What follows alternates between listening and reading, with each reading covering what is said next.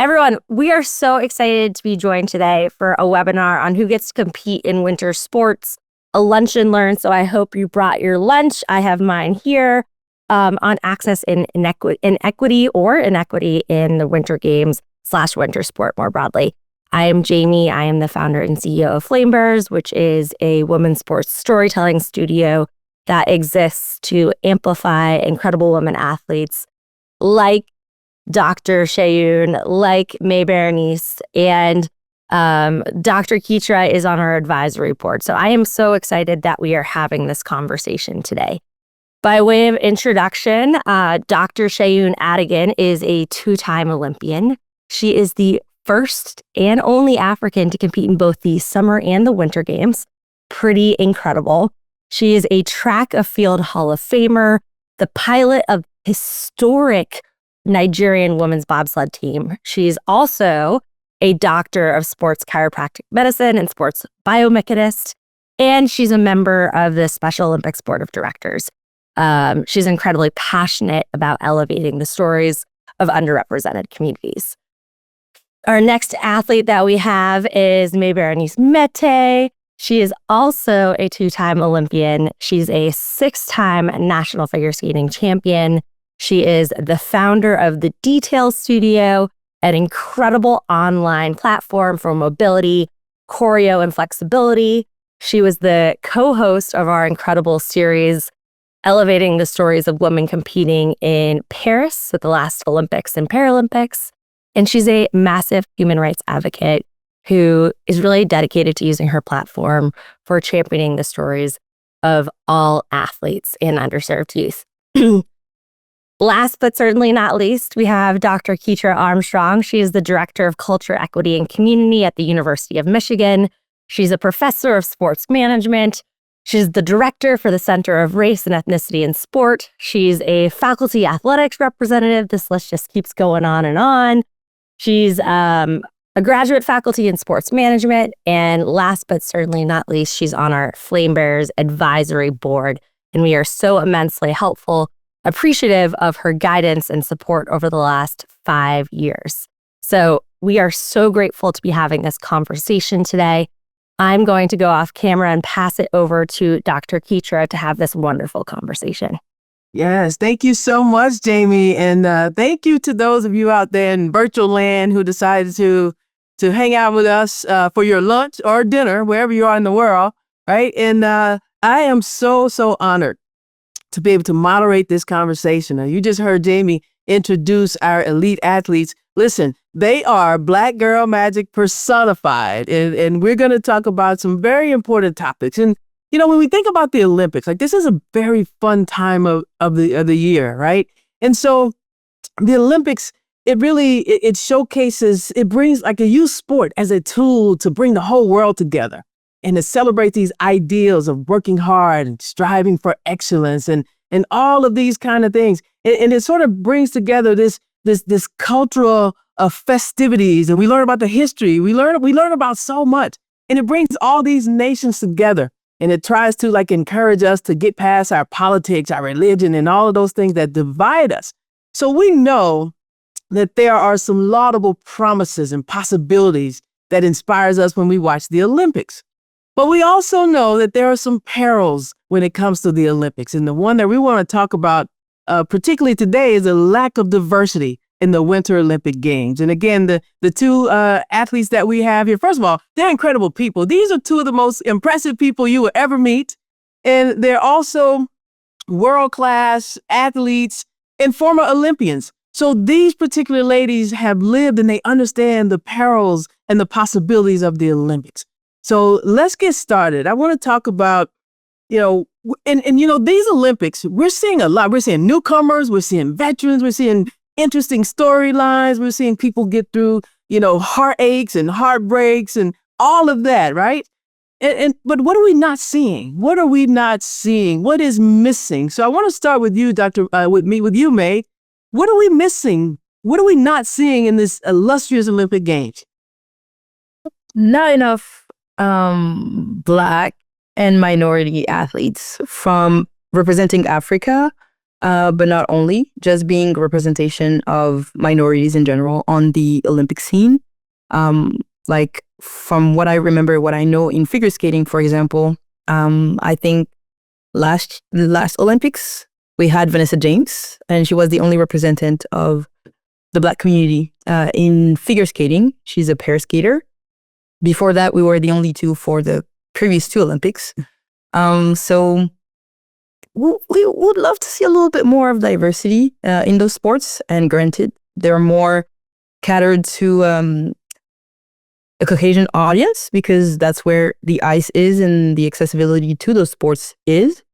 But maybe there is something that can be done there because we've seen some representative of countries like Haiti, Benin, and more that are out there. So they're coming slowly but surely. Mm-hmm. Yeah, and a little bit later, we're going to talk about some of the solutions or things that we think we can do to make it better. Dr. Seun, from your perspective, what are we not seeing? What's missing? Who's missing? Honestly, I just will piggyback off of what Maé-Bérénice said. It's, obviously we came here today to discuss the lack of diversity in that, and I think if we take that another level, it's like, that's the apparent obvious thing that is missing or, like significantly diminished with regards to the competitive fields. But I think we also are missing infrastructures that support these countries that are underrepresented or these athletes that are underrepresented. And the infrastructure not only relies on the national federations, meaning the countries themselves, but it also relies on the international federation, which means these international sporting bodies. Like, how do you actually create room for these underrepresented countries to be represented? And I think that they're trying and they want to, but maybe they just don't know how. Or maybe it's just so different from what everyone's been used to, 100+ years worth of Winter Olympics that have been going on. What is it that we need to do to break our, like everyone has like a, it's first nature, second nature. It's like, oh, I grew up knowing this. So sometimes you don't even know what you don't know, right? And so what's missing infrastructure wise may also be like the things that we feed them that allow them to recognize where the gaps or where the disconnect is. And then the last level being the actual Olympic organization where, the IOC is doing a fantastic job of pushing community and the integration of underrepresented individuals, whether it be gender or race. But is there more that needs to happen? Which the answer is obviously yes, if we're still dealing with this level of discrepancy. Right, absolutely. You talk about, some of the barriers, and I want to dig into that a little bit more, so when we think about it, let's answer the why. Like, it's not, we know that there are a number of factors and there's multi-levels, and Dr. Seun, you talked about the infrastructure and some of the things, but what are some of the other barriers and the reasons? Like, what's the reason for that? We know it's not that athletes of color can't perform in these sports, or you are you're epitomizing that.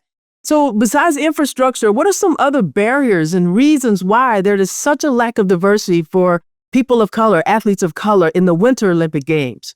Maé-Bérénice, what are your thoughts?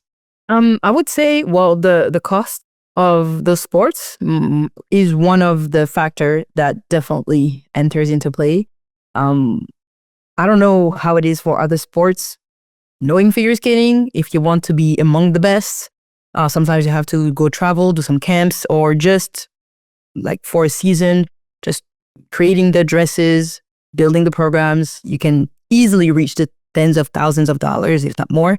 If you have to change your skates, a pair of skates is $1,000. So it's not given to enter those sports. So I would say that's one factor. And then the other one would be, well, if we're talking about Caribbean or African countries, they might not have the climate for the sports. So they would have to maybe travel somewhere else or be born and raised in other countries where they would have access to that. They will be introduced to the sports, and then that would just feel like second nature. Like the Haitian ski, I think he's doing ski, if I'm not mistaken, but the Haitian representative at the Olympics this year, he was adopted and raised in France. He was born in Haiti, but then raised in France. So he was introduced to the sport there. So I would say maybe the environment would be one of the factors. But I don't know, Dr. Seun, do you have some other ideas? Or Yeah, I mean, you hit a lot of them on the head, straight on. And I think that to piggyback off that, we also need education, right? Because the problem is that a lot of these Black communities, whether they're Black people in the diaspora, like in the United States and the Caribbean, or if they're Black people on the island, on the African continent as well, many of them don't believe that they belong in winter sports, to the point that Maé-Bérénice was making. Like we can't articulate the amount of times that somebody just saying that, oh my God, seeing you on television driving a bobsled made me feel like I can do it. I can do anything. Representation matters.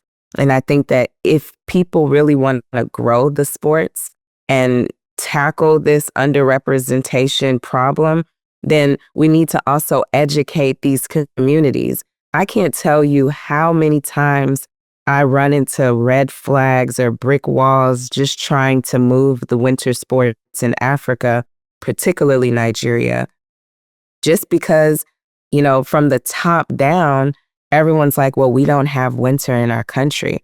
We don't have snow in our country. And I have to explain to them over and over again, I live in Houston, Texas. So even though I am in America, I don't have snow where I live either. But I did this, and I was the first to do it. And not because I thought that it would be cool to be the first to do it, but because I allowed myself to think bigger, think outside the box. Don't be limited by what's right in front of you. Allow yourself to dream. And sometimes our problem is we don't have enough audacity to dream as underrepresented individuals. Because when you do that, then you start tackling the problems. You start finding solutions to cost. You start finding solutions to accessibility. You start finding solutions if you just create the audacity to dream and think and explore bigger than your circumstances. Mm-hmm. You both of you have addressed the multi-level barriers. They're environmental, as you mentioned. They're economical, the cost. They're also the infrastructure. So they're structural, but they're also cultural. And you talk about representation, and we say it all the time. If you can see it, you can be it. And the two of you have become a vision of inspiration for many little girls who look like you and want to do what you do. So I want to dial in a little bit more to talk about representation, because it matters in so many ways. It matters at the grassroots levels. It matters at the national level. So talk about representation and the role of the media. And how can we change that? How can we increase the visions and the visions of possibility that you all are for many little girls and women who look like you? Tell me about representation, and how do we fix this? We, like Dr. Seun said, we have to be more audacious. And we have the chance to have social media nowadays. So you can become your own platform, your own media. Use that. That's what I'm going to tell all athletes, because we are all looking for sponsors. It doesn't matter if you have titles or medals, to be quite honest. You have to be able to tell a story. You have to have a personal brand. You have to be able to monetize that personal brand. If you want to be seen, you have to put yourself out there. And the problem with athletes right now is that we are working hard in our sport, thinking, and I'm a victim of that too. I was thinking, if I got the medals and the titles, then I will have I will be knowledgeable, and I will be in position to be out there. Media will come to me. I will have exposure. And then I was like, you know what? If I wait, that will never happen. So might as well just use everything that I have, because I have a story, and we all have a story. We all have something to share. We all have something we can learn from each other as well. And by daring, that's when we literally breaking doors. Instead of waiting for the door to quietly open, just break the door, create your own space, and then eventually you will attract visibility, you will attract sponsors, you will attract opportunities, and you will also make an impact all over the world, because the beauty of social media is that everybody can see you from wherever they are in the world, and they can be inspired by your story. And we never know who's watching and who can be inspired or who would want to help bring your vision to life, because we can also have some project visions and then they'll be like, oh, that's amazing. Let me reach out to her and see what we can do together. So really, it's just a matter of being audacious at that point. Yeah, Shirley Chisholm said it best. She was a political leader in the U.S. and she says, you know what? If there's not a seat at the table, bring a folding chair. So she brought her seat to the table, bring a folding chair. So you're right. That's the audacity you're talking about, right? Yep. And then you mentioned, Maé-Bérénice, you mentioned stories. And listen, success leaves footprints. And I would be remiss if I didn't give you all a chance to share your stories. You dealt with a lot of these challenges. There weren't representation in bobsled and figure skating so share with the audience, like, your story. How were you? What was your support system? What inspired you to do this? Well, first of all, I know it's inside of you, because if you didn't have something inside of you, you wouldn't be where you are. So besides your inherent spark and desire to be audacious and the boldness of who you are, you're in a sport where people didn't look like you. So what was your story? How can you share your story with our audience? I feel like when I start talking about the layers of my story, it really unlocks not just the athletes, right? Anyone who has a dream, whether it's in the arts, you want to be an actor, you want to be a musician, you want to, go from a corporate to actually just starting your own business, which can be scary. Whatever it is, the story relies, one, on a support system, right? One that truly cares, one that allows you to dream as big as you can, as big as you need to, while still embodying the opportunity to learn, right? Then also the will to create a legacy, right? So a big part of my story was I stared death in the face a couple times just by having 2 heart surgeries before ever qualifying for a single Olympics. And during those times, and when you're young, when you're like, in your 20s, and you are really wondering, like, if I died today, like, my family will love me and remember me, but what would I really have done to leave this world a better place than how I found it, right? Like, what would I really have committed to saying to myself that, hey, I actually did everything that I could and I left it all on the line, on the table. And I think that that's the root of my story, really deciding that I wanted to live in that space of service, because as you serve others, you too will reap the benefits of everything that you sow. Outstanding. Yeah, that is inspiration. You're an inspiration. I told you. Listen, audience, I told you you with Black Girl Magic. Now you see why. Powerful story. What about you, Maé-Bérénice? Share with us your story. I think, first off, I didn't start figure skating. Figure skating found me. I was blessed to have a rink in my hometown. I went there with school, loved it. It's not because of Surya that I started. Many people might think that because I'm French, skating for friends, we're Black. But I actually just started because I love it. And I'm just passionate about the fact that I can be on the ice, create something, share a message without even having to say anything. Just my body is speaking for me. And so I was able to evolve very easily at the beginning of my career. And then the root and the essence of my story is that I've known the highest of highs and the lowest of lows. Got injured, got what people call the career-ending injury in 2021, which rocked my world. I had a ruptured Achilles tendon, and then it was injury on injuries. So it was hard for me to come back. And when you're injured, you lose all the support. So I lost everything. And I was just relying on DIY basically to try to come back. It was hard. Being in survival mode, I decided to study the system.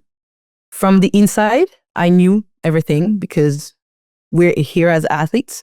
I wanted to know everything about it from the outside, from a managerial point of view, to understand what are the things that we can do differently to help athletes reach and stay in the sphere of high performance without destroying their bodies, because it's very often celebrated to push your body to the rupture. But then when you fall, you're broken down, you're left alone to deal with it. If you don't have the notoriety of a Lindsey Vonn, for example, it can be very difficult to bounce back after something like that. And that's pretty much what happened to me. So today I am very determined to go back to skating. I'm considered old. I'm 31, but in figure skating, you peak at 20 something.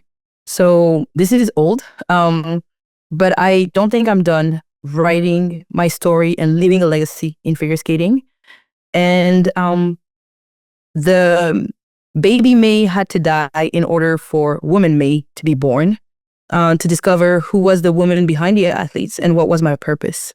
And I just want to go out there, share stories, keep exploring also, having fun, sharing the passion, and sharing my journey with the upcoming generation so they don't have to face all the hardships that we have to, because it was not fun. It's very helpful.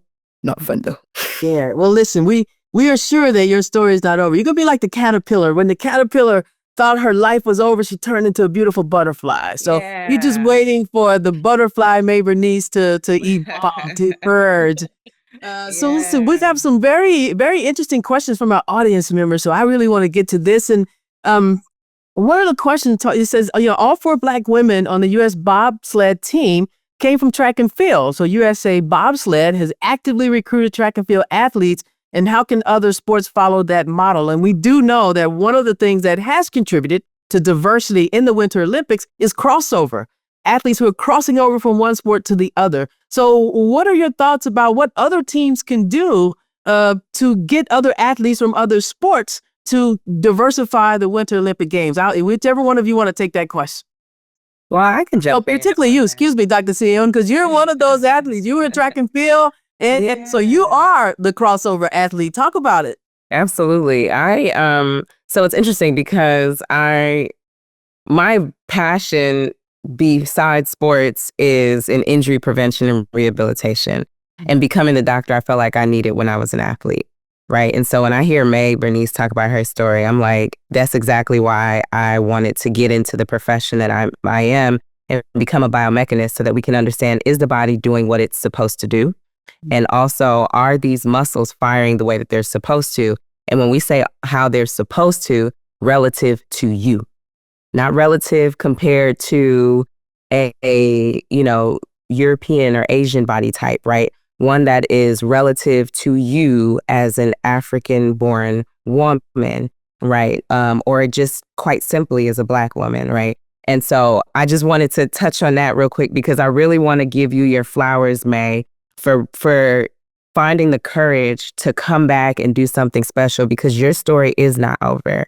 When I retired from track and field at 25 years old, everybody was like, you become the peak hurdler at between 25 and 30. Why would you retire now? And I was like, because it's my time to retire here. And I knew that that chapter was closing and I was okay with that. And I came to rest with that. But my journey as an athlete was not over. And I had no idea what God had in store for me. My dedication to wanting to help athletes not deal with the things that you just dealt with led me to the sport of bobsled. So yes, my crossover came from track, but just like in any sport, all you need is speed and you need strength. If you can be fast and you can be strong, rugby, swimmers, I had teammates on bobsled team that came from there. They had to learn how to run well, but you can come in and you can transfer as long as you got speed and you've got power. But I took those things and I also took the knowledge and the premise behind wanting to treat my body better, understanding how to understand my body's language. And that is what led to what became the most legendary part of my career. And I was a 3-time Nigerian champion and a 2-time African champion in track and field. But I competed in bobsled at 30. So this is the legacy that's created even 10 years after that. So sis, do your thing. All right. And I just need to say that. I hope I encompassed your question as well, Dr. Ketra. I just wanted to give my sis a good old shout out for coming back in here, because people told Simone Biles that she was too old until she started rewriting all these record books even after the fact. So do your thing. I love it. I love it. That's the mantra. That is the mantra. Do your thing. And listen, this is the other thing. It's one of my favorite quotes. It talks about what lies behind you and what lies before you are tiny matters compared to what lies within you. And that's what we all have to remember. That's what you all have embodied. It's not about your past. It's not about what people think your future should be, but it's that magic inside of you that's just waiting for you to give it breath. And so we have no doubt that we're going to be seeing a lot more out of both of you. So thank you. Thank you for sharing that. I want to go to another question that says, are there any organizations uplifting DEI in winter sports that you recommend that people could donate to or they could support? Because we know that it's going to take a multi-level effort, right? And it's going to take grassroots donations. It's going to take, the structures and all the other things that we talked about. But many people have a role to play in changing the face of what the Winter Olympics look like. So are there DEI organizations that you could share with our audiences that they could contribute to in this regard? I know a few of them in figure skating. There is the FSDIA, which I'm a part of, which right now is on hold, but we're going to start again after these Olympics to prepare the next Olympics, because Olympic cycle.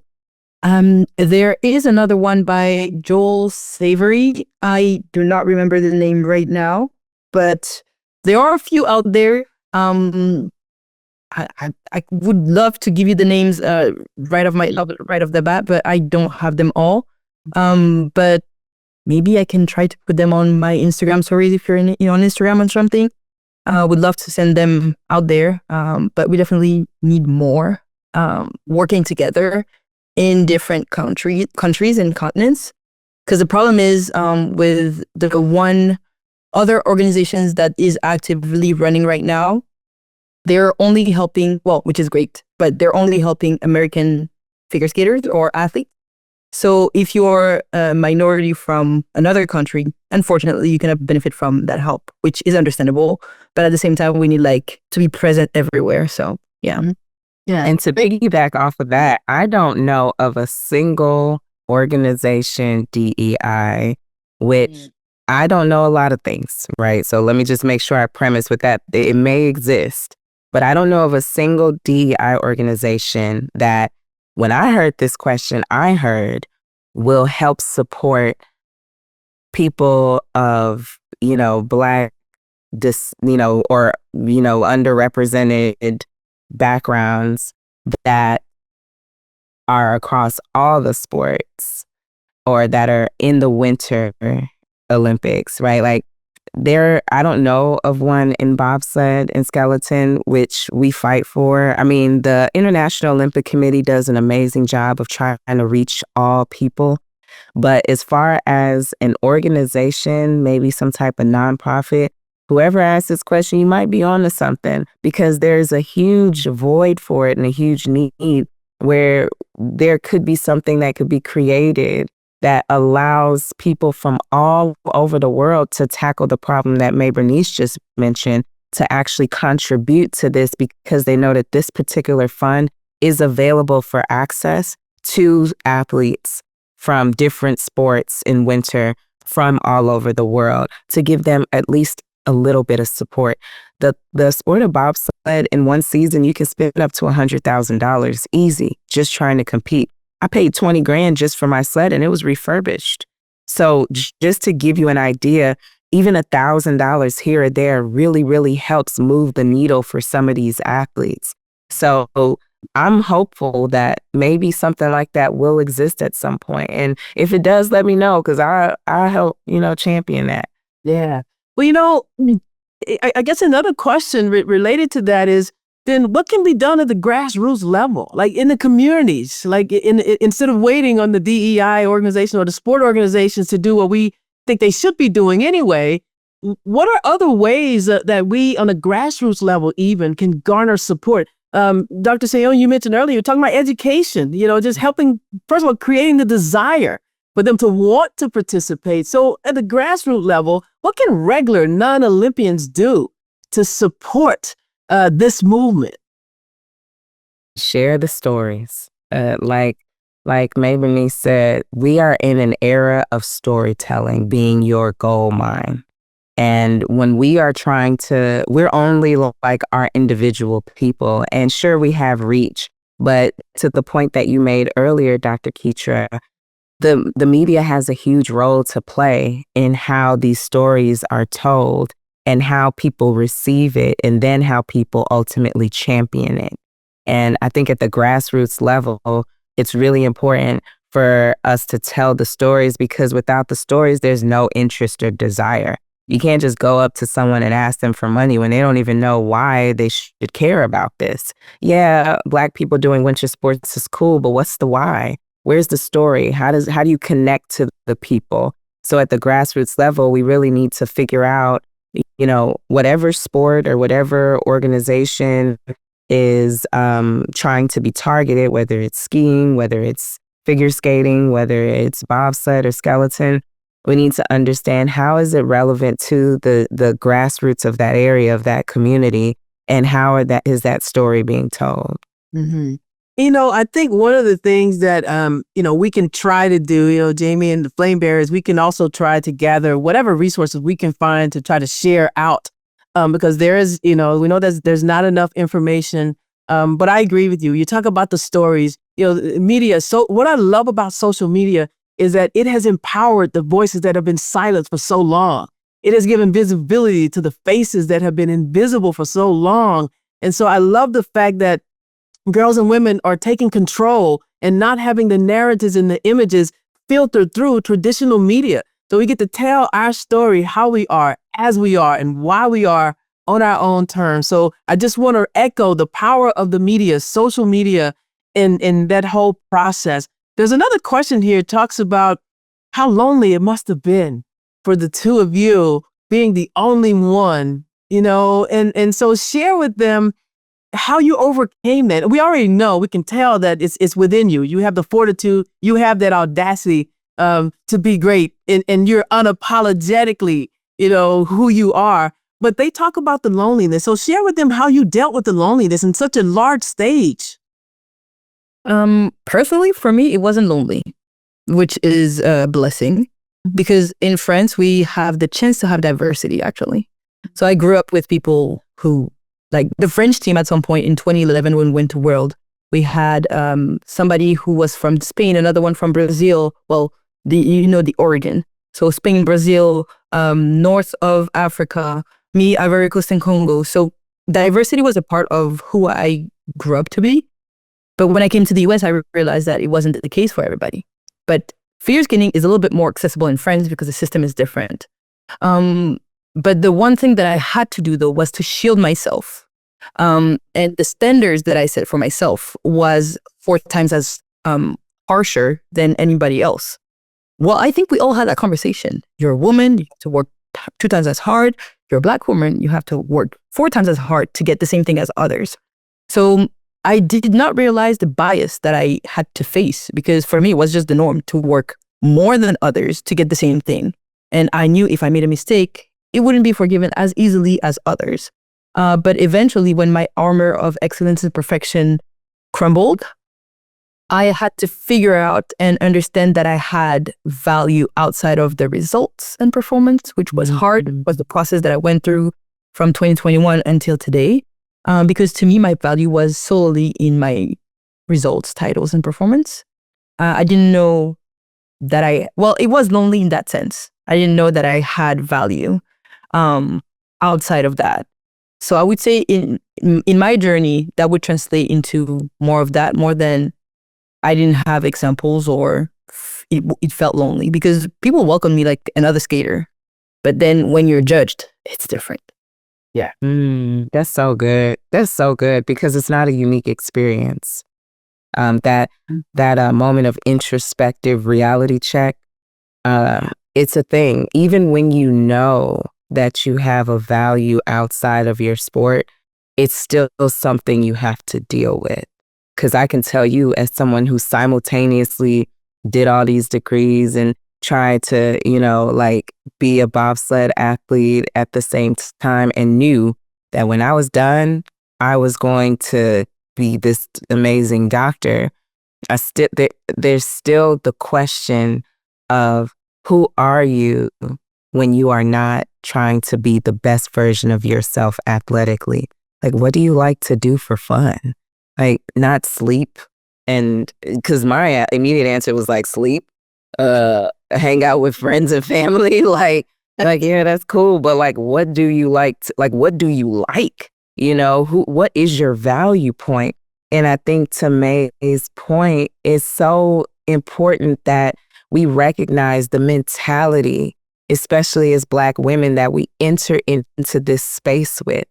The real reason why I decided to pick up bobsled, and I've shared this in the past, it's loaded. It started with me knowing that I wanted to provide sports medicine to the top athletes in the world. And I knew as a Black woman that I might get a seat at the table because I've been to an Olympics, but that wouldn't be enough. So I needed to get into another sport. And that's what made me even open my mind to start thinking about the sport of bobsled. When you're an Olympian, you already have the title. Whether you're a 5-time, 20-time, 60-time Olympian, you're an Olympian, right? Once an Olympian is always Olympian. So it's not like going back to the Olympics was going to add me, a Voltron Olympian title, right? Like, I'm still just going to be an Olympian. But it was bigger than that. It was the ability to be seen, which is something that we don't walk into rooms feeling like, which then ultimately determines our value that we feel for ourselves, that we have to then now learn later in life, because different things happen that force us to sit with that reality. Now, to answer your question, Dr. Ketra, I knew that I was going to enter into this space lonely, right? So I chose not to enter the space lonely. I chose to create a team. And everyone advised me to just do skeleton. They're like, this would be the first team for Nigeria. Bobsled is really hard because you got so many moving parts. You got to deal with people. You got to get sleds. You have to have a team. You got to learn to drive. You got to get a brakeman. You got to do all these things. If you just do skeleton, you can just focus on yourself. It'll be easy. No, because one, I know that it gets lonely at the top. And two, it's not about me. If we're really going to do something to break barriers, let's kick the door down, like Maé-Bérénice said. Let's come up in there with 6 people, with 4 people, and blow through the door. That's how you bring people with you and make sure it's not lonely. Mm-hmm. Yes, I love it. You know what? We could talk all day. I just may out with you all day. This is just a place to be.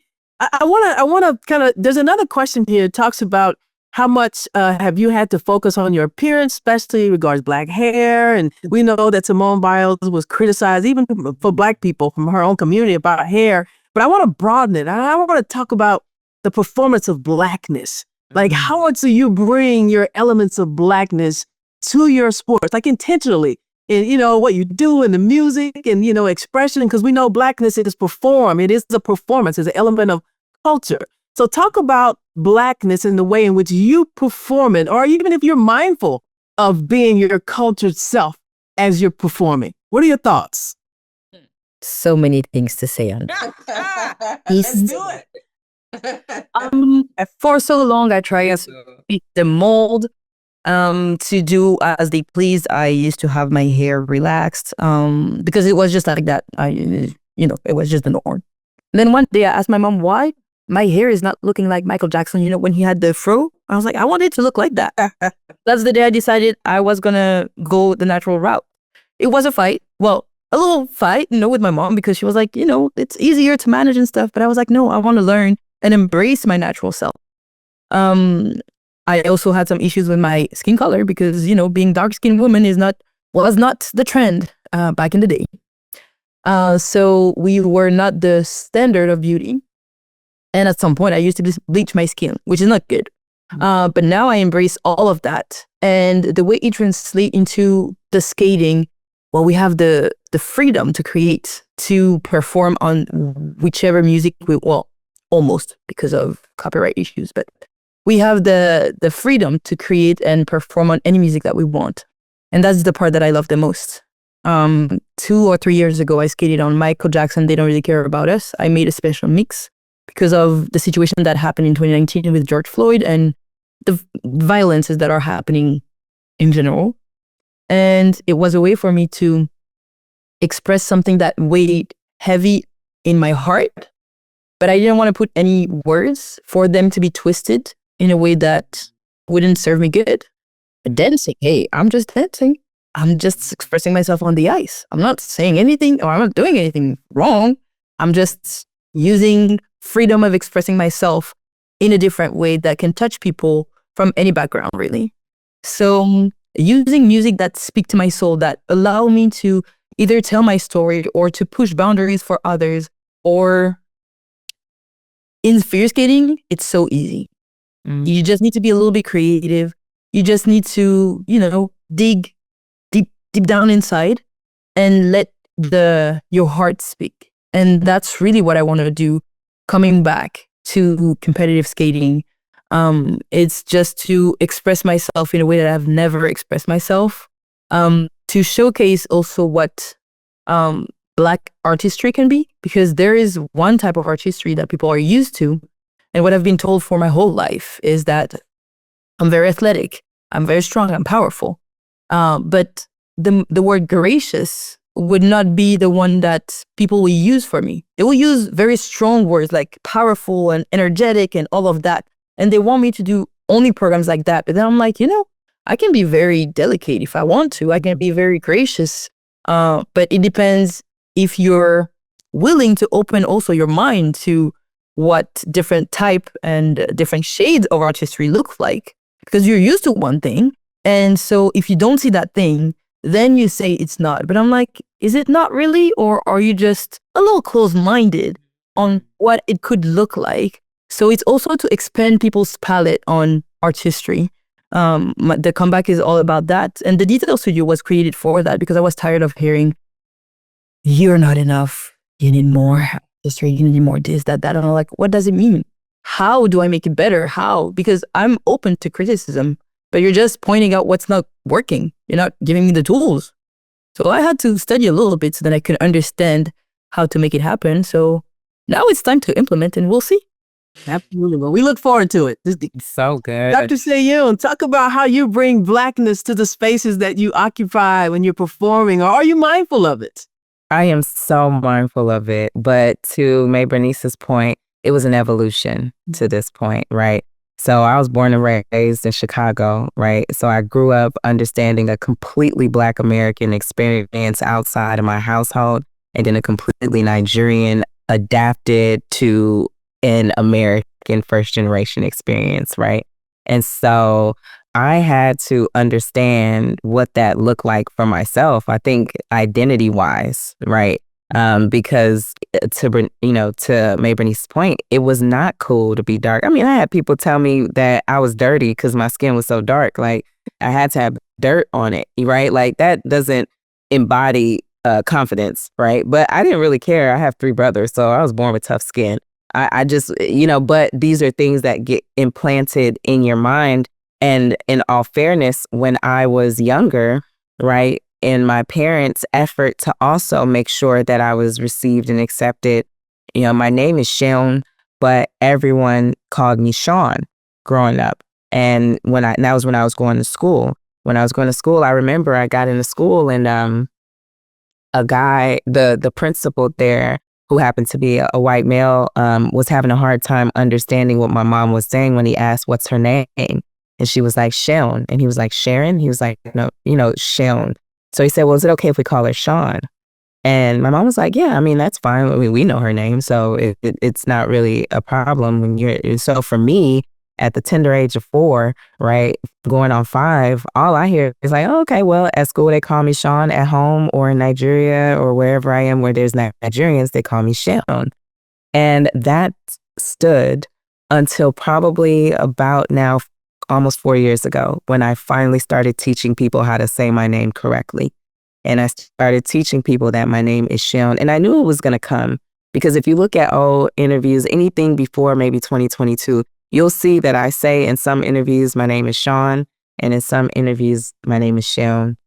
And I knew that there would be a time where I'd have to choose an identity. And not because I didn't know who I was, but because the code switch is necessary when you're a dark-skinned Black woman. And not saying that that's different. I mean, not saying that other shades of Black, or women in general don't have their own challenges, but I can only speak from my own personal experience as a darker-skinned Black woman. And I decided when I was going to compete professionally that I would compete for Nigeria. And that was something I decided back in 2004, that if I ever became a professional athlete, that would be what I contribute to who I am as a Nigerian, because I know I'm American and America knows I'm American because I've done a lot of great things here in America and I amplify excellence in everything I do, which has been represented in America. But what have I done to contribute to the excellence of who I am as a Nigerian? So I've owned that identity, not because they were a dichotomy of each other, but because they needed time to build and time to develop. And to this day, I'm going to show up super African. Oh, tell me something. I sure am.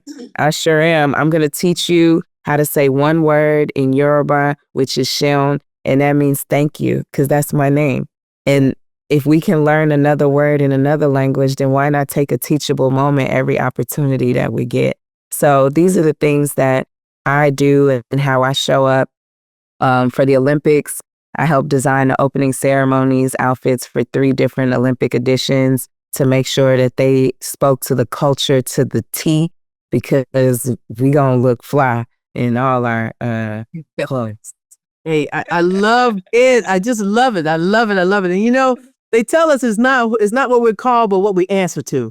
Right. And so I think you're right. We have to take those moments to teach people how to treat us and to teach people who we are and how we are, right, on our own terms. So, and I know both of you have had a whole lifetime of doing that in your own way, in sports and beyond sports.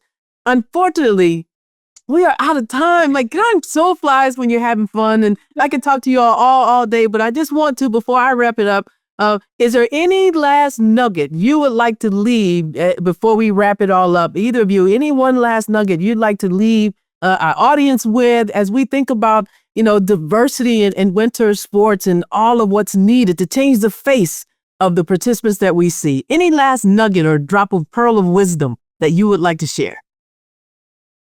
Keep sharing your story. And if you're not speaking up, start speaking up, because it matters. It's worth it. And you're opening doors without even you knowing. So it's lonely, but keep it up. Thank you. Thank you. Yes. And I would just say, have the audacity to dream bigger. There is no limitation to what you can do if you just try. Yes. Yes. I love it. I love it. And on that note, listen, if your dreams don't scare you, they're just not big enough. Exactly. They don't scare you. Exactly. They're not big enough. So exactly. Listen, thank you so much for sharing your insight, your candor, your honesty. I so appreciate it. I have relished this opportunity to moderate this conversation. Audience members, thank you for such pivotal, critical questions that you, because of that, you have enhanced our dialogue. And so we so appreciate it. I hope in some way that we have enlightened your minds, and I hope we've lifted the wings of your imagination, and maybe in some small way that we have activated the Olympian inside of all of you. And so that no matter where you are in your work, with your family, in your communities, that we've inspired a winner in you. So wherever you are, however you do it, in the spirit of the Olympics, go for the goal. Thank you all so much. Thanks for indulging me. And at this point, I want to turn it over to Jamie. Thank you all so much. That was incredibly insightful. I have goosebumps. I've been copiously taking notes from all 3 of you. So massive round of applause for the three of you for your time, for sharing your lived experiences, for being so deeply vulnerable on a subject that is so important and so under fire right now. I think it's deeply important that we are having these conversations. We will follow up with a list of resources. We had so many people passing along links, texting them. We will make sure that we consolidate a list. We will throw them out in our newsletter. We will put them up on social. We will make sure that everyone who's here today has access to all those incredible organizations that everyone shared with us. If you like what you are hearing, we have another webinar coming up in the lead up to the Paralympics on why there's such a lack of diversity in the Paralympic movement. If you want to hear stories about some of the women who are competing in Milan Cortina right now, we have an incredible video podcast series out called Making It to Milan. You can find it on our YouTube channel and all podcasting platforms. But for today, I want to thank the three of you for an incredible conversation. We will share this out so the world can continue to learn from you after today. So thank you very much. Thank you. Thank you for having us. Y'all have an amazing day. Yes. Thank you.